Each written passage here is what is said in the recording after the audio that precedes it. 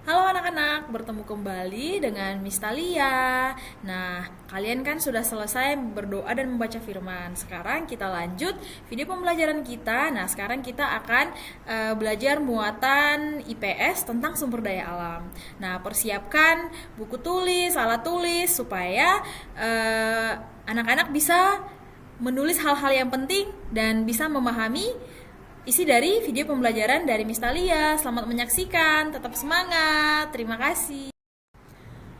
Halo anak-anak, bertemu kembali dalam video pembelajaran kita. Nah, sekarang kita akan belajar tentang sumber daya alam, muatan IPS, namun tetap di tema 6 ya anak-anak ya.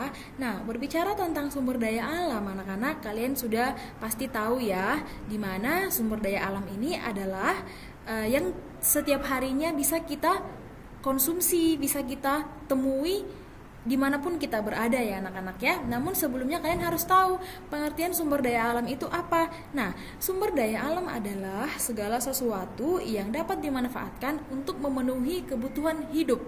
Nah, anak-anak, sumber daya alam itu juga terdiri dari dua bagian, di mana sumber daya alam yang dapat diperbaharui dan juga sumber daya alam yang tidak dapat diperbaharui. Nah, sumber daya alam yang dapat diperbaharui itu yang seperti apa? Seperti tumbuhan, hewan, tanah, dan air. Nah, sumber daya alam yang dapat diperbaharui ini adalah sumber daya alam yang tidak akan habis walaupun kita gunakan. Namun dengan syarat kita akan tetap menjaga tumbuhan, menjaga hewan, tanah, dan juga air supaya tidak habis. Nah, yang kedua adalah sumber daya alam yang tidak dapat diperbaharui.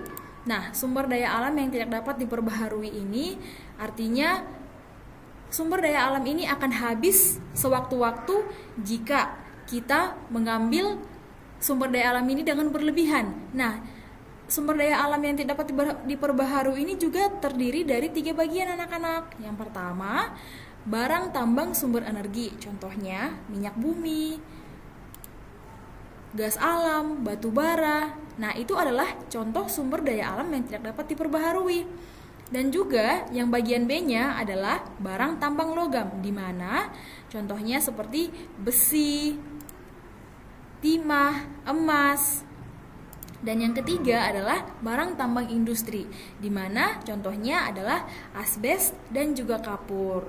Nah, cara untuk melestarikan sumber daya alam anak-anak yaitu yang pertama melakukan penghijauan dan reboisasi, dan pengembangan pemeliharaan sungai, pengelolaan air, dan penertiban pembuangan sampah. Dan yang kedua mengurangi pengambilan sumber daya alam. Yang ketiga, mengelola kembali suatu massa atau bahan-bahan bekas dalam bentuk sampah kering yang tidak mempunyai nilai ekonomi menjadi barang yang berguna. Nah, manfaat hewan dan tumbuhan bagi kehidupan manusia. Yang pertama, hewan sebagai bahan pangan atau makanan, di mana seperti dalam kehidupan kita sehari-hari kita sering mengkonsumsi ayam ya anak-anak ya. Kita olah dagingnya, kita masak lalu kita konsumsi ya anak-anak ya. Dan juga ada sapi dan jenis-jenis daging lainnya. Nah, untuk hewan sebagai bahan sandang atau pakaian dan sepatu dan lain-lainnya, seperti contohnya kulit dari sapi, kita bisa olah kulitnya untuk menjadi sepatu, pakaian, dan juga sutra ya anak-anak ya. Nah, dan yang ketiga itu hewan sebagai bahan obat-obatan. Nah, hewan itu juga bisa sebagai bahan untuk obat-obatan anak-anak seperti cacing ya anak-anak ya. Dan manfaat tumbuhan bagi manusia sebagai bahan makanan, tentunya kita kenal ya tumbuhan yang bisa kita makan ya anak-anak ya. Ada contohnya padi, singkong, dan sayur-sayuran anak-anak ya. Dan yang kedua, sebagai bahan untuk membangun rumah atau perabotan seperti kayu jati kita gunakan untuk membuat meja, kursi. Oke anak-anak. Nah, anak-anak, pembelajaran kita sampai di sini. Selamat menyaksikan video pembelajaran ini dan diperhatikan, disimak videonya baik-baik ya anak-anak ya. Sampai bertemu kembali di video pembelajaran berikutnya. Terima kasih.